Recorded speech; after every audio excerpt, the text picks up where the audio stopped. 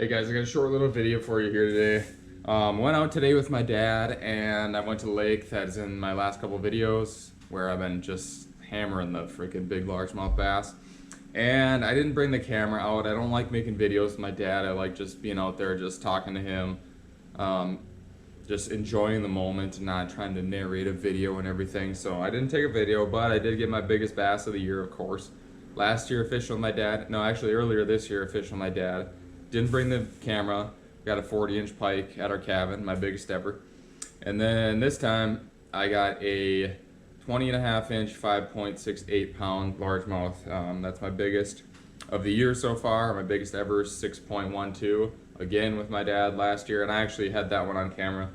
But awesome trip. We got 6 over 18 inches, and if you wonder, like 18 inches is pretty much what I would consider like a big bass. It's not. Definitely not huge, but anything over 18 inches is like a nice fish.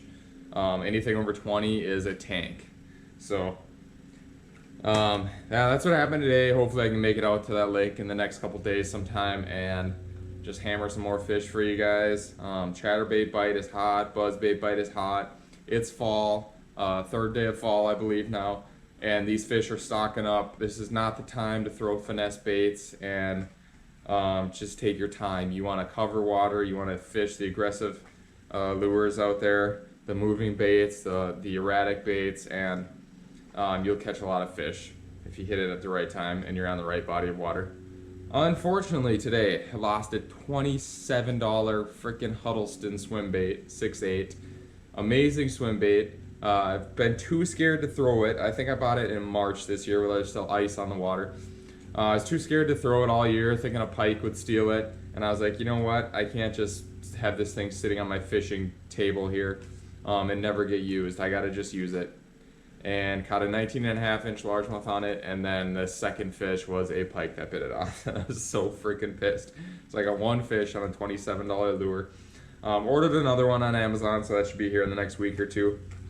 But anyways, enough of that. Today I'm just gonna show you a couple things I got at Cabelas quick. And yeah, if you guys have any questions for me, leave them in the comments below here about anything I bought or any lures, any fall fishing stuff.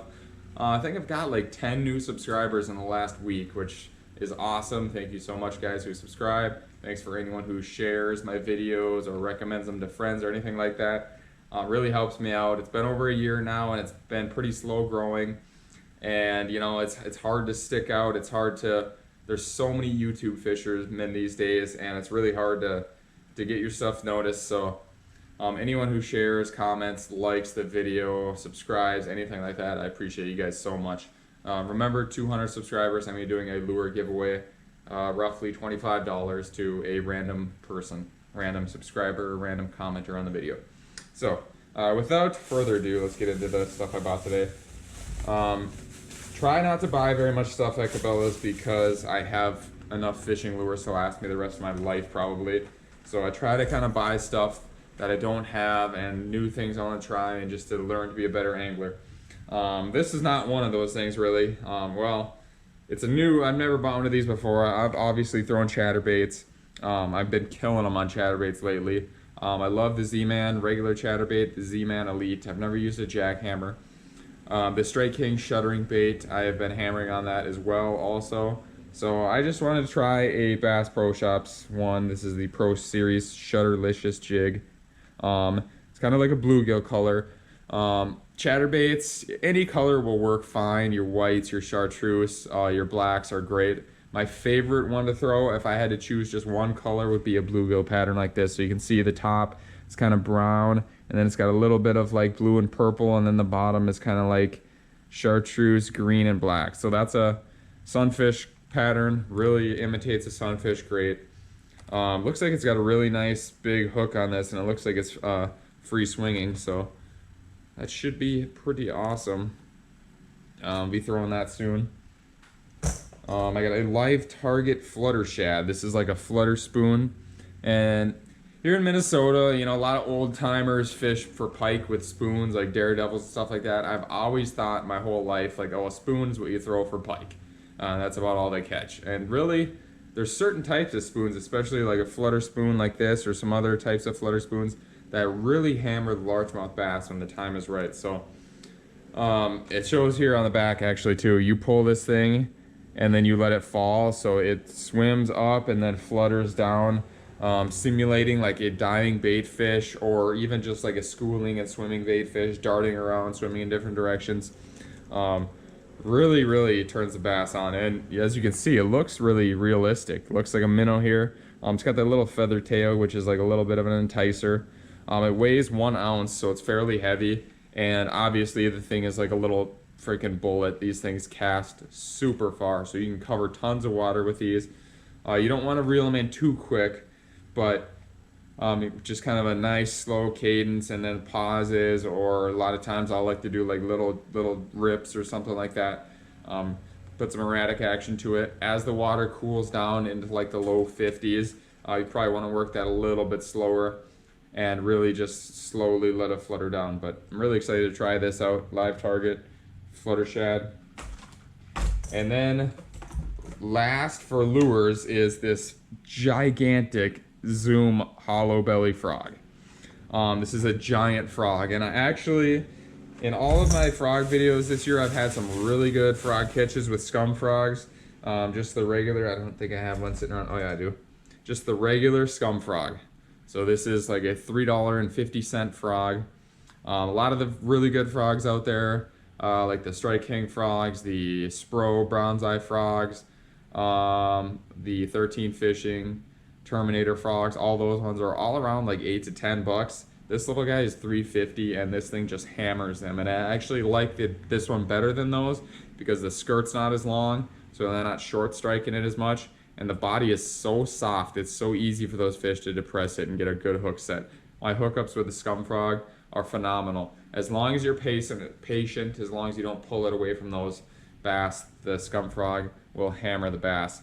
This is a black one. I really like all colors: black, white, green, sunburst. Sunburst, my favorite color. So that's that. This is the new guy. So like I said, I really don't like throwing the big frogs as much as the scum frog, and you might ask, like, why did you buy the biggest freaking frog ever? I don't know if they even make bigger frogs than this. This thing is an absolute tank, and it's got 2 skirts, and then it's got like a tail on it as well. So yeah, massive frog. They had a few different colors. I went with the black just because at night or like low light conditions, black sticks out the best.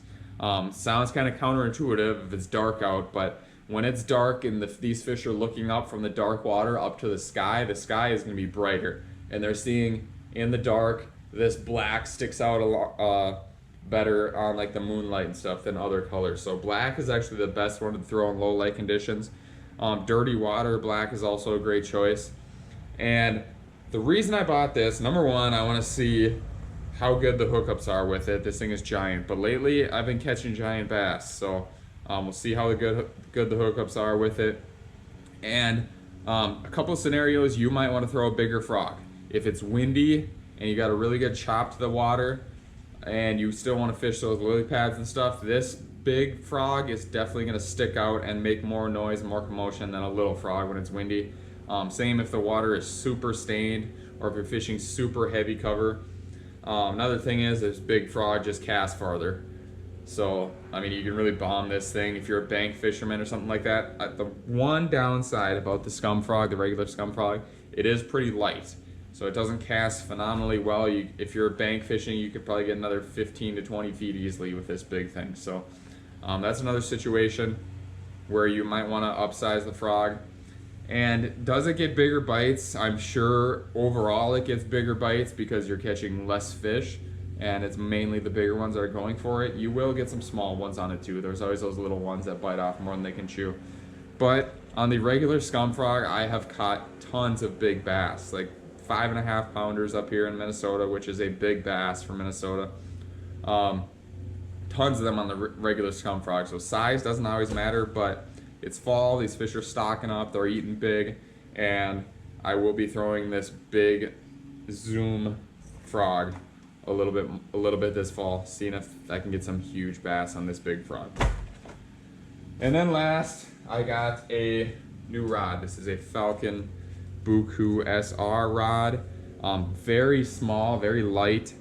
It's actually kind of a finesse rod. It is a medium action, moderate flex. So it's 8 to 17 pound test line, and 1/4 to a 1/2 ounce is what it's recommended for it. 7-footer. This is going to be a finesse rod. It's going to replace my other rod over here.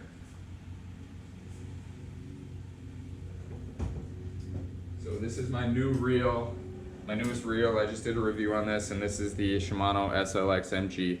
Small reel, light reel, 70 size spool, great for finesse applications. In my review, I said that this is probably one of my favorite bait casters I have ever used. It feels so amazing, and I just, you know, the rod I got it on here is a pretty decent rod. This is a number 8 tackle hell-bent rod. There's really nothing wrong with the rod. I just wanted to upgrade it. Actually, well, there's something kind of wrong. I shut it in the truck door, and I kind of cracked the rod down here, but it's still functional. Still handles pretty well. But I'm gonna upgrade. I'm a tackle junkie. I like to have super nice gear. So I take this lure off. This rod, I guess I'm just gonna retire to the backups right now. Just in case I break a different one or something, I'll use this one until I get a new one. Or hopefully I can just find some little kid that needs a new rod and I can just give it to him. There's no reel that comes with it, unfortunately, but I actually have another bait casting set up here that it's Daiwa Fuego and another number 8 tackle hell-bent rod that I just want to give to some little kid at a lake. You know, if you go there, go to the lake, see some little kid fishing off the bank, and he probably doesn't have a job, doesn't have very much money, can't afford really nice gear. I just want to go there and give him a fairly nice bait casting setup and just make his day. And then hopefully I can have him subscribe to my channel too. So that's it for today, guys. This super awesome Falcon Bucoo rod. And I didn't tell you guys, Falcon has been on my radar for like the last 15 years. I really want to try out their rods. Finally got one to try out. Tomorrow I'm pretty positive I'm going to be going fishing. It's supposed to storm, but I think they're supposed to let up around 9 a.m. So I'm going to go out after that for a few hours. Otherwise, the day after that I'll for sure be getting out. Hopefully I can make some awesome content for you guys on the kayak or on the stand-up paddleboard. Like I said, thanks to all the new subscribers. If you guys have any questions about fall fishing in Minnesota, stand-up paddleboard fishing, bass fishing, anything like that, feel free to leave them in the comments section. I'd be more than happy to help you guys out. And as always, thanks for watching. I will see you guys next time.